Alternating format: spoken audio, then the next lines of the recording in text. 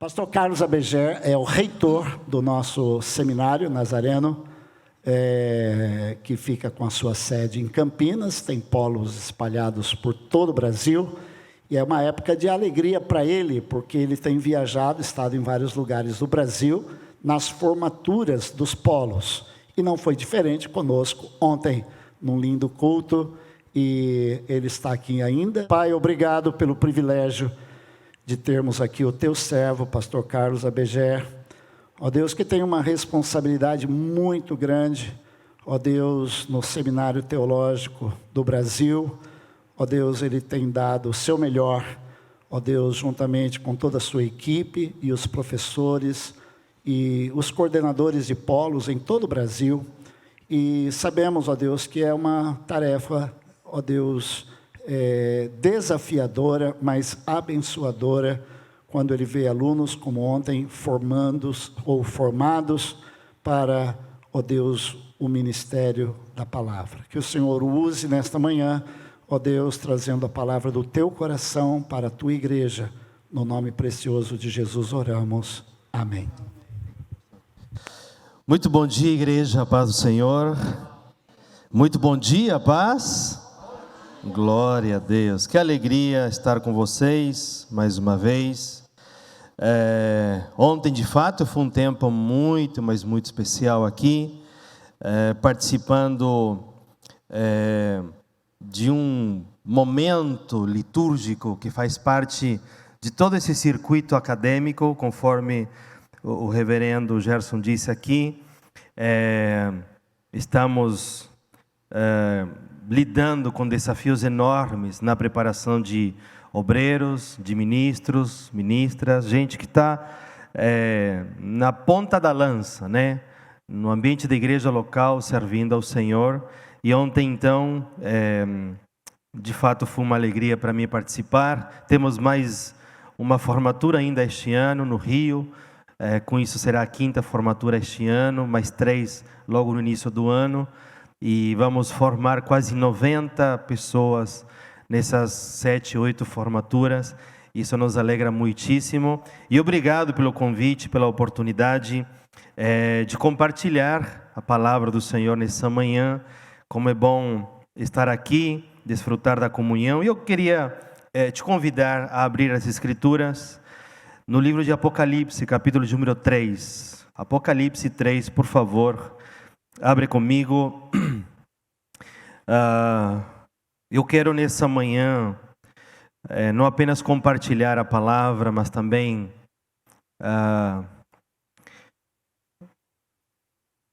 trazer para o teu coração aquilo que Deus também plantou na minha vida, no meu coração esses dias, para compartilhar com vocês. Livro de Apocalipse, capítulo número 3, verso 7 em diante. E ao anjo da igreja que está em Filadélfia, escreve: isto diz o que é santo, verdadeiro e que tem a chave de Davi, o que abre e ninguém fecha, e fecha e ninguém abre. Eu sei as tuas obras, eis que diante de ti coloquei uma porta aberta e ninguém pode fechar. Tendo pouca força, guardaste a minha palavra e não negastes o meu nome. Eis que eu farei aos da sinagoga de Satanás, aos que se dizem judeus e não são, mas mentem, eis que eu farei que venham e se prostrem aos teus pés e saibam que eu te amo. Verso 10, como guardaste a palavra da minha paciência, também eu te guardarei da hora da tentação que há de vir sobre todo o mundo para tentar os que habitam na terra. Eis que venho sem demora, guarda o que tens, para que ninguém tome a tua coroa. A quem vencer, eu o farei coluna no templo do meu Deus, e dele nunca sairá. Escreverei sobre ele o nome de Deus e o nome da cidade do meu Deus, a nova Jerusalém, que desce do céu do meu Deus, e também o meu novo nome. Verso de número 13, quem tem ouvidos, ouça o que o Espírito de Deus diz à sua igreja. Quem tem ouvidos, ouça o que o Espírito diz à sua igreja. E é exatamente sobre isso que eu quero nessa manhã compartilhar contigo. O que é que o Espírito de Deus deseja falar à sua igreja nessa manhã? Há uma importância fundamental na fala. A fala, alguns vão dizer que humaniza a pessoa. Por meio dela, nos expressamos sentimentos, comunicamos pensamentos e também conseguimos interagir com outras pessoas. Um linguista francês renomado, ele vai dizer ou vai definir a linguagem falada como ferramenta, como espelho e como lugar. A fala, definida por esse linguista francês, vai ser categorizada como ferramenta, como espelho e também como lugar. Ferramenta por ser veículo de comunicação. Espelho porque ela vai refletir e vai traduzir o ser humano que se revela naquilo que diz. E lugar porque reflete a pessoa, o ambiente onde a pessoa está inserida. Isso aqui é interessante porque dias atrás eu conversava com alguém sobre gírias. Algumas gírias que aqui são ditas no Brasil, elas não encontram tradução num outro idioma. Não há forma de traduzir algumas expressões. Isso está então intimamente ligado ao lugar no qual estamos inseridos. Cada lugar, cada ambiente tem a sua própria linguagem. E é sobre isso então que esse linguista faz referência. O gesto criativo, Gênesis 1, ele surge da fala de Deus. E é interessante também ver como Deus faz questão de deixar registrado que as coisas obedecem a uma ordem falada. E disse Deus, e assim foi feito. Isso acontece ao longo de toda a criação, até o momento em que o ser humano é criado. Deus fala então de forma profética, através das escrituras, de pensamentos. Deus também fala através de pessoas. Certamente você já teve essa experiência. Deus fala através de situações, através de canções, através de ambientes. Esse é um ambiente que está falando contigo agora, nesse momento. Então, há tantas formas pelas quais Deus fala. E aqui vemos então essa importância da fala. Provérbios 18, 21 diz assim: a morte e a vida estão no poder da língua. Abro parênteses aqui rapidinho. Nunca chame uma criança de moleque. Isso é muito comum na cultura brasileira. Sabe por quê? Porque a palavra moleque vem de Moloque, está nas escrituras. Quem era Moloque? Era um deus pagão que exigia das pessoas sacrifícios de crianças. Então era um monumento enorme e na barriga um buraco desse deus, e dentro desse monumento, dentro desse buraco, se acendia uma fogueira. E lá dentro eram lançadas vivas as crianças. De lá que vem a palavra moleque. Não utilize no seu lar palavras de maldição. Porque Provérbios está dizendo que há poder na fala. Isaías 55, 11 diz assim: assim é a minha palavra. Deus dizendo, quando eu falo, ela sempre produz o fruto que eu desejo. Assim é a minha palavra, quando eu falo, ela sempre produz o fruto que desejo. E a fala é tão importante, que Deus encerra a revelação da sua palavra, falando pelo Espírito às 7 igrejas. E o texto que nós lemos faz referência a uma dessas 7 igrejas. E Deus falou que coisas pontuais para essa igreja, que elas ainda ecoam e chegam até nós nessa manhã. E a pergunta que eu quero responder: o que é que o Espírito falou com a igreja de Filadélfia? E o que é que o Espírito, a partir dessa fala, deseja falar a mim e a você nessa manhã?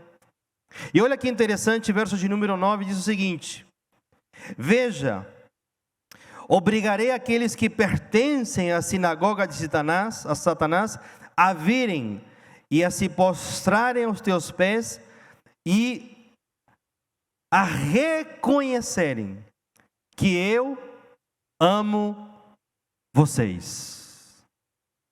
A primeira fala que Deus deseja ecoar no nosso coração hoje de manhã é exatamente o final dessa declaração, o final dessa expressão: eu amo você.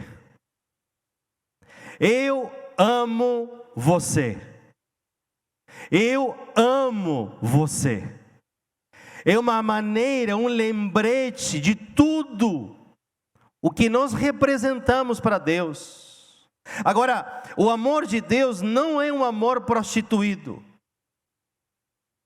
O amor de Deus não é um amor interesseiro, um amor corrompido, um amor adulterado, um amor manipulador. Porque o conceito de amor hoje, ele está distorcido. É muito comum ouvir da parte de alguém: eu te amo. Muito mais comum dentro do ambiente da igreja dizer: eu te amo em Cristo. E estamos muito mais acostumados a ouvir: Deus te ama. E o fato de estarmos tão acostumados a ouvir que Deus nos ama, que na prática esquecemos o valor desse amor sendo derramado em favor da nossa vida.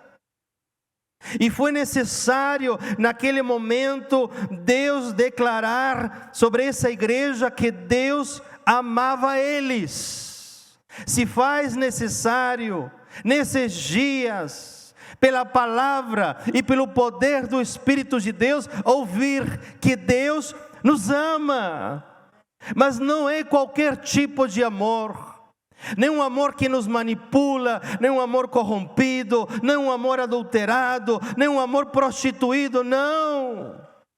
O amor de Deus, nem um amor que nos asfixia, nem um amor que violenta a nossa consciência, que é essa violência na consciência, é a religiosidade que promove isso. Esse não é o amor de Deus, nem o amor proposto por Deus. O amor de Deus não oprime a nossa liberdade espiritual, Ele não reprime a nossa alma. Quanta gente dentro da igreja carregando um peso desnecessário pela culpa. Isso não vem de Deus. A origem disso não é o amor de Deus. É a distorção do amor que se prega, que se ensina, que se fala.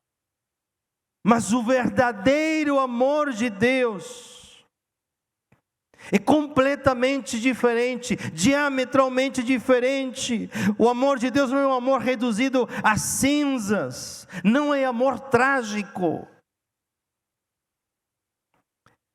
O amor de Deus é um amor que nos persegue. É um amor que nos alcança. O amor de Deus é um amor que nos encontra, é um amor que nos redime, é um amor que nos liberta, é um amor que nos restaura, que nos transforma e que transborda dentro de nós. É esse amor declarado para a igreja de Filadélfia, que está sendo hoje pela manhã, meu irmão, minha irmã, sendo proferido aqui neste lugar. Jeremias 31:3 diz assim: com amor eterno eu te amei, por isso com benignidade te atraí. Com amor eterno te amei, e por isso eu persegui você, eu te encontrei, eu te alcancei, eu te redimi, eu te restaurei, eu te salvei, eu estou transbordando sobre a tua vida. Esse é o amor de Deus, proposto pelas Escrituras. Sofonias 3:17. Olha que texto maravilhoso. Pois o Senhor, seu Deus, está no meio de vocês. Ele é um Salvador poderoso. Ele acalmará todos os seus medos com amor. O que tem de gente temerosa nesses dias, com medo daquilo que vai acontecer ou deixar de acontecer na sua vida. E eu tenho uma palavra para o teu coração nessa manhã. Há um Salvador, há um Redentor. Não é qualquer Salvador, conforme o texto de Sofonias, é um Salvador poderoso, e Ele diz que acalmará todos os nossos medos, todas as tempestades, todo tipo de situação que tenta nos desequilibrar, e Ele fará isso com o seu amor.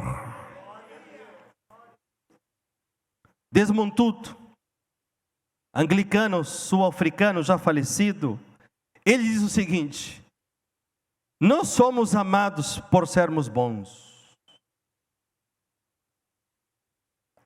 Efésios 2:4-5. Mas Deus é tão rico em misericórdia e nos amou tanto, que embora estivéssemos mortos por causa dos nossos pecados, Ele nos deu vida juntamente com Cristo. 1 João 4:9, Deus mostrou quanto nos amou ao enviar seu único Filho ao mundo, para que por meio dele tenhamos vida. O que é que o Espírito de Deus fala ao nosso coração hoje pela manhã? Que Ele nos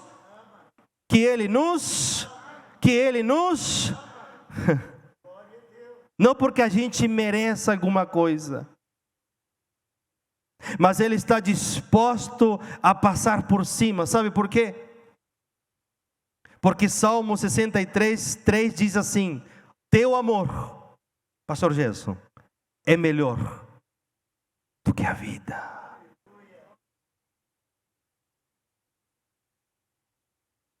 O Evangelho não ignora os fatos, mas lança esperança sobre eles. E eu tenho uma linda história de amor para compartilhar contigo rapidamente. Em 77, uma jovem menina, ela engravida, e por questões de circunstâncias familiares, ela deseja ou tem a intenção de abortar essa criança. E ela faz isso por 2 vezes. Mal sucedida, em 78, essa criança nasce. Essa história conta isso para nós. Essa criança nasce e cresce num ambiente hostil. O pai dessa criança,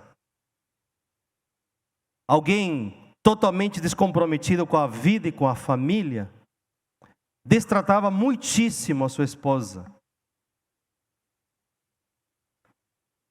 Batia nela, judiava, traía essa mulher, que tinha 2 crianças já. Foi nesse contexto que essa criança cresce. Essa mulher que apanhou do seu marido, ela replicava o seu sofrimento na vida dessas crianças. E a história conta que essas crianças, elas apanhavam fortemente da sua mãe. Sem motivo. Elas eram castigadas. Elas eram judiadas, não apenas física, mas também emocionalmente. Essa criança continua crescendo nesse ambiente hostil, de violência física, violência emocional, de pobreza extrema, ao ponto de passarem fome. E você pode estar se perguntando, o que tem de belo nessa história? Que depois de 20 anos, essa criança, que tentou ser abortada por 2 vezes, esbarrou no bendito amor de Deus. E quando essa pessoa já grande, com 20 anos, jovem já, esbarra no amor de Deus, porque o amor de Deus é o amor que persegue, que encontra, que nos alcança, que nos redime, que nos transforma, que transborda dentro de nós. Ele se propõe, essa pessoa propõe no seu coração nunca replicar, repetir a história de sofrimento que ela enfrentou. Ela decide construir uma família nos fundamentos da Bíblia e no amor de Deus. Ele decide nunca praticar a traição, e muito menos, entendam, filhos, maltratá-los, sequestrá-los emocionalmente, violentá-los fisicamente, reprimi-los na sua alma. E assim cresce na fé, assim avança na sua jornada de fé. E nesse processo de jornada de fé, ele vai descobrindo a beleza do amor de Deus, porque é um amor que liberta. E assim foi acontecendo. E depois de 45 anos, essa criança, esse bebê, que tentou ser abortado por 2 vezes pela sua mãe, está aqui hoje de manhã diante de você, para dizer a você, que Deus ama você, que Deus ama você. Aquilo que um dia tentou atingir a minha vida, a minha existência. Quem você acha que estava naquelas 2 tentativas de aborto por parte da minha mãe? Era o próprio Deus segurando a minha vida. Era o próprio amor de Deus segurando a minha vida. Eu perguntei para minha mãe, por que a senhora tentou fazer isso? Você foi um acidente de percurso. Você foi indesejado, você não estava nos planos. Isso na horizontalidade humana, na existencialidade humana. Eu não fazia parte, eu não fui desejado, eu não fui aceito, mas no plano de Deus, na eternidade, na fonte, que é o amor de Deus, Ele já me projetava para este momento, como ministro do Evangelho.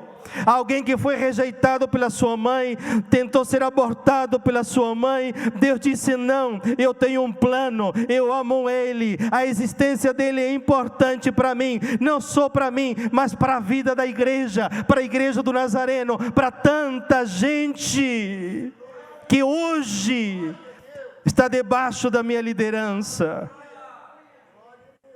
Sabe por quê? Porque mesmo que tua mãe, o teu pai te rejeitem, Deus, Ele te acolhe com amor eterno, porque o amor de Deus é melhor do que a vida. Eu amo vocês. Eu amo você. Essa é a palavra que o Espírito proclamou sobre Filadélfia. Mas não se restringe apenas isso. Nós vemos então que um Deus que ama, Ele faz questão de nos lembrar desse amor. Quais são os sonhos que estão tentando abortar na tua vida? Que estão tentando ceifar da tua vida, estão tentando arrancar da tua vida, da existência do teu coração. Eu digo uma coisa hoje pela manhã como profeta do Senhor: o amor de Deus vai preservar os sonhos do teu coração. E o texto diz, avança, verso de número 12, diz assim: o vitorioso, aquele que vencer, aquele que permanecer, aquele que entender que é amado por mim, e que porque meu amor o preserva, eu vou torná-lo coluna. A segunda coisa que o Espírito de Deus fala à sua igreja, é que Ele deseja nos tornar coluna. Coluna do templo de Deus, de onde jamais sairá. E para entender essa fala de Deus, essa fala do Espírito, precisamos olhar a geografia no qual a cidade de Filadélfia estava inserida. A cidade ficava entre um vale e o pé de um monte. Estrategicamente, ela estava muito bem posicionada. Era uma importante estrada que ligava a Ásia da Europa. E, portanto, comercialmente, ela tinha muito potencial. O Império Romano, inclusive, vai reconhecer, naquela época, Filadélfia como um ponto de ligação essencial para a indústria, para o comércio e para a cultura grega. Além disso, ela também era conhecida como um grande polo de produção de uvas. Filadélfia era uma cidade que estrategicamente estava muito bem posicionada. O contraponto disso é que ela ficava numa região de atividade vulcânica. E por conta dessa situação, era também conhecida como terra fumegante. Filadélfia. Terra fumegante. Agora, em 17, olha que interessante, depois de Cristo, a cidade viveu um grande desastre, por conta de um forte terremoto. E a cidade foi tão afetada por esse terremoto que ficou praticamente destruída. Se perdeu o legado histórico, se perdeu o patrimônio, gente morreu por conta disso. E é nesse contexto, então, que Deus disse, o Espírito de Deus disse: eu vou torná-los coluna de Deus. Agora, a cidade, ela então vai sofrer uma instabilidade quase que permanente. Isso instigava ou forçava pessoas a saírem do ambiente da cidade, irem para além das suas muralhas, das suas fronteiras e ficarem morando no campo, sem proteção nenhuma. Isso se tornou muito comum, porque a cidade se tornava uma ameaça para eles, viver lá dentro. Não sei se você já teve a experiência de sentir um tremor, mas eu já tive, por ocasião do programa de doutorado, numa ocasião em Costa Rica. Nós estávamos, logo na primeira semana, tendo aula, um grupo de 12 pessoas da América Latina toda, e daqui a pouco um tremor E aí ouvimos uma sirene. E alguém dizendo assim: procurem um lugar seguro. E qual seria esse lugar seguro?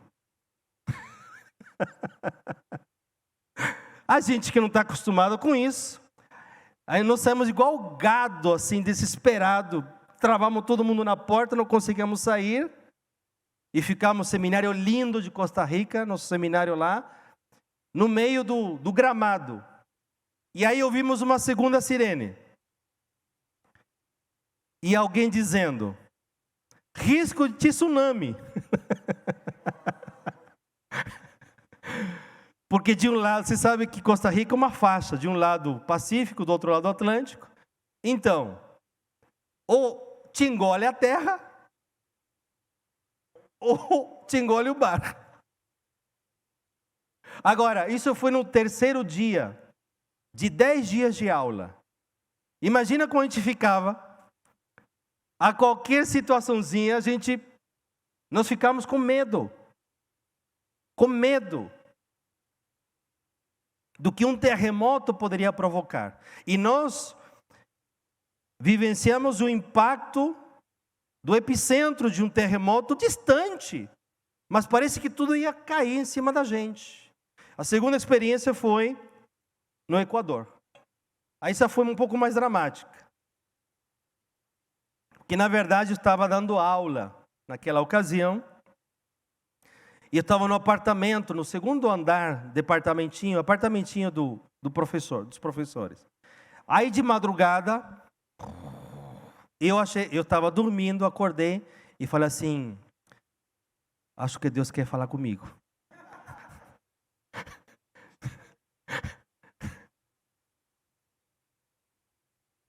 Aí eu achei que estava tendo uma visão mesmo, sabe? E daqui a pouco escutei a sirene. Aí eu já sentei na cama e aquele tremor. E as pessoas estavam acostumadas a isso. Acostumadíssimas. Aí o tremor, aquela coisa, falei, bom, calça seus sapato, falei, meu Deus do céu. E aqui vai um conselho de amigo. Se você for para Quito, não durma sem roupa. Que vai que... E tem que sair, aliás, já calça o tênis, dorme com tênis já. Fique preparado. Aí no outro dia eu fui falar com a turma e falou assim: não, é normal. Normal. Falei assim: você teria como me trocar de apartamentinho? Ah, claro, te colocamos embaixo. Agora, é uma experiência que provoca medo na gente, instabilidade. O que Deus está dizendo para eles, e o que Ele está dizendo para mim, para você hoje de manhã, é que precisamos nos posicionar na geografia espiritual correta para viver em estabilidade. Sabe por quê? Porque ser coluna significa pelo menos 3 coisas. A coluna suporta o peso de uma estrutura, portanto, resistência. Uma coluna, ela sempre fica numa posição paralela, uma da outra. O que significa? Nunca cruzada. A coluna sempre fica, uma coluna aqui, outra aqui do lado, uma outra do lado. Nunca fica uma coisa cruzada. Significa coerência. E por fim, a coluna se apoia num alicerce. O nosso alicerce sempre deve ser Cristo.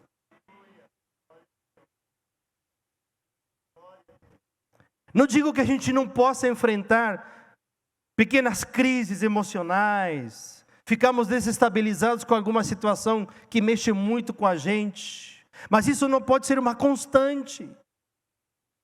Nós não podemos ficar com medo o tempo inteiro daquilo que pode acontecer ou deixar de acontecer com a gente. Nós não podemos estar nutrindo a instabilidade dentro de nós o tempo inteiro. Deus está dizendo: eu vou torná-los coluna. nesse ambiente, nessa geografia de instabilidade. Você não precisa sair do arraial, do ambiente congregacional, porque esse ambiente te traz segurança, te traz a noção correta, o entendimento correto daquilo que significa ser cristão, alicerçado na pessoa de Cristo Jesus. O que tem gente incoerente, ser coluna também significa ser coerente com a vida. O que tem gente de homem, pai de família, sendo incoerente dentro de casa, com sua esposa, com seu marido, com seus filhos, gente sendo incoerente dentro da igreja. Mas eu quero torná-los coluna da casa de Deus. E se tornar coluna significa então posicionar-se na geografia espiritual correta para viver com estabilidade a nossa vida.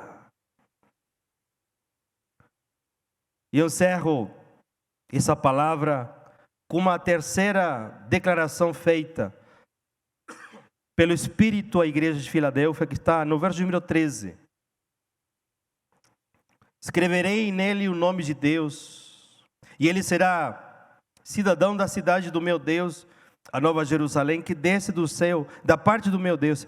E também escreverei nele o meu novo nome. Deus está dizendo para mim e para você hoje de manhã: eu amo você. A despeito de qualquer coisa, eu amo você. E porque eu amo você, eu quero te tornar coluna, uma pessoa com estabilidade. E porque eu quero te tornar coluna, eu quero forjar em você uma nova identidade na tua vida. Esse novo nome, por que Deus diz assim: te darei um novo nome? Porque em 17, depois de Cristo, eu disse aqui, os historiadores vão dizer que a cidade foi completamente destruída.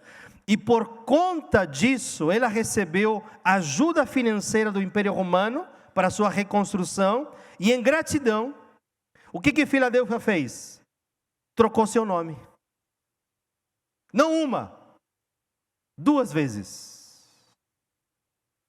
Tempo depois, resgataram novamente o nome de Filadélfia. Mas nome significa identidade.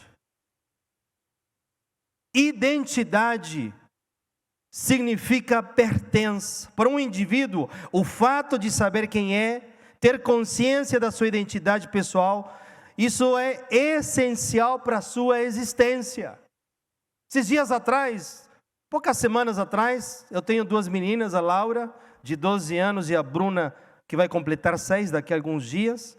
Nós chamamos a minha menina Laura de Lala e a Bruna de Bubu. E aí chegou da escola e a minha esposa, Bruna, eu não sou a Bruna, falou assim. E eu ouvindo. Eu sou a Bubu. E não me chama de Bruna, me chama de Bubu. E eu só ouvindo. Não, você é a nossa querida Bruna. Não, e eu já falei para a Pro na escola, não me chamar de Bruna, eu sou a Bubu. Aí eu saí de onde eu estava e falei assim: como é que é? Eu sou a Bubu. Toquinho, eu sou a Bubu. Falei: não, senhora, você é a Bruna. Bruna Abeger. Não, eu sou a Bubu Abeger. Falei: não, senhora. O teu nome é Bruna. O teu nome é bonito. E ela, batendo o pé, falou assim: não, meu nome é Bubu. Agora pensa, a desconstrução cognitiva que ela começou a produzir dentro dela, na sua identidade. Falei, não, Senhor. E falei assim, ninguém mais chama a Bruna de Bubu. Mas foi uma semana tensa, sabe, dentro de casa. Me chame de Bubu. Bruna, eu não sou a Bruna. De longe, eu sou a Bubu. Eu falei, Dri, não chama ela de Bubu. Chama ela de Bruna. Por quê? Porque a nossa identidade também está relacionada ao nosso senso de pertença. Você quer ver como é importante a identidade? Olha aqui para mim. Eva, antes de desobedecer, ela vive uma crise de identidade.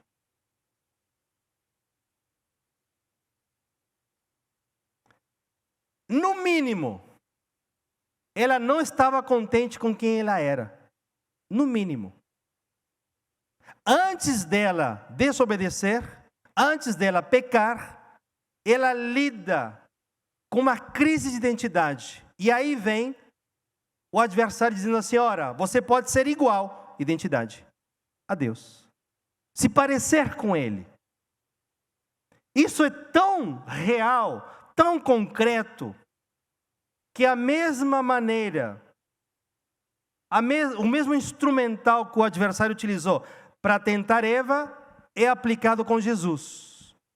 Se tu és, identidade. Filho de Deus. A janela, preste atenção, a janela pela qual o adversário entrou, permitiram que ele entrasse, e o ser humano pecasse, chama-se crise de identidade. Porque hoje encontramos situações tão sofridas sobre a identidade das pessoas, porque ainda continua sendo uma probabilidade para o adversário atingir a imagem e semelhança que há no ser humano. A imagem de Deus que há no ser humano. Se tu és filho de Deus, olha aqui para mim. Transforma pedras em pães. Tem gente transformando pedras em pães para mostrar aquilo que ela ainda não é.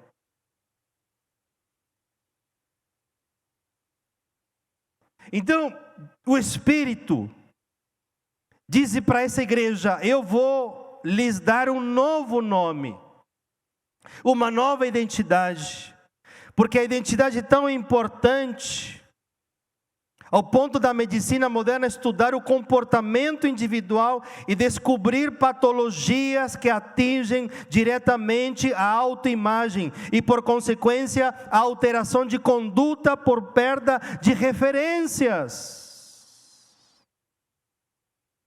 Agora, pela identidade que construímos relacionamentos com o mundo social e todas as suas dimensões. Na literatura bíblica é tão comum encontrar pessoas com um nome associado a um aspecto da sua personalidade. Isso é muito comum. E o Espírito de Deus hoje então está dizendo para mim e para você: eu quero te dar, forjar em você uma identidade que provoque em você um sentido de pertença. Porque 1 Pedro diz assim: vós, porém, sois povo escolhido, reino de sacerdotes, nação santa, propriedade exclusiva de Deus. Assim vocês podem mostrar às pessoas como é admirável aquele que os chamou das trevas para a maravilhosa luz. Pertença, finalizo com isso, gera compromisso. Veja, nome tem a ver com identidade, identidade com pertença, pertença gera compromisso, e pertença é necessário para trazer à tona o melhor de todos no ambiente comunitário. Filadélfia era uma pequena igreja, irmãos, mas eles aprenderam, a partir dessa nova identidade, desse novo nome, a celebrar, a se apoiarem, a investir um no outro. É isso que o Espírito falou para os irmãos da igreja de Filadélfia naquela época. E é isso que o Espírito fala ao nosso coração hoje pela manhã. Coloque-se de pé comigo, por favor. Eu sei que todos nós, cada um de nós, lidamos com circunstâncias, com situações, com histórias de vida, inclusive traumáticas. Mas como é propício nesse momento ouvir da parte do nosso bom Deus que Ele nos ama. E se há situações que estão tentando abortar os teus sonhos, as tuas expectativas, as tuas projeções de vida, há um Deus que preserva pela força do seu amor. Ele deseja nos tornar coluna, para que sejamos pessoas resistentes, coerentes e alicerçadas em Cristo. E nos dar um novo nome, para forjar uma identidade e sentido de pertença diante dEle. Vamos orar, igreja? Bendito Deus, queremos nessa manhã te agradecer. A despeito de qualquer situação, a despeito do histórico de vida que carregamos, a despeito das projeções de futuro que possamos idealizar ou desenhar na nossa mente e no nosso coração. Nessa manhã, queremos nos render diante da Tua palavra, Senhor. Experimentar a altura, a profundidade, a amplitude, a extensão do Teu maravilhoso amor, Senhor.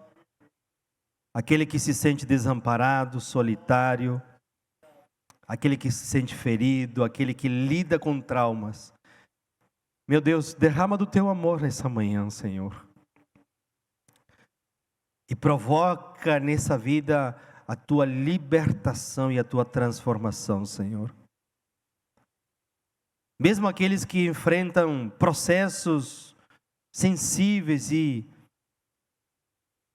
tão delicados nas suas vidas, que eles possam ver o Teu cuidado nessa manhã, Senhor.